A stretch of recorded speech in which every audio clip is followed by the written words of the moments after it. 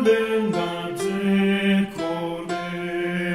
pakuva enode, poyeratu, move pempelole nepo pamenepo, palibe mahuo muaretu. Ino wako tatu, Chiritade antenawo kopata moyo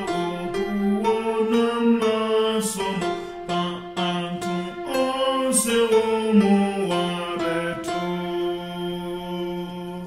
nzimo onade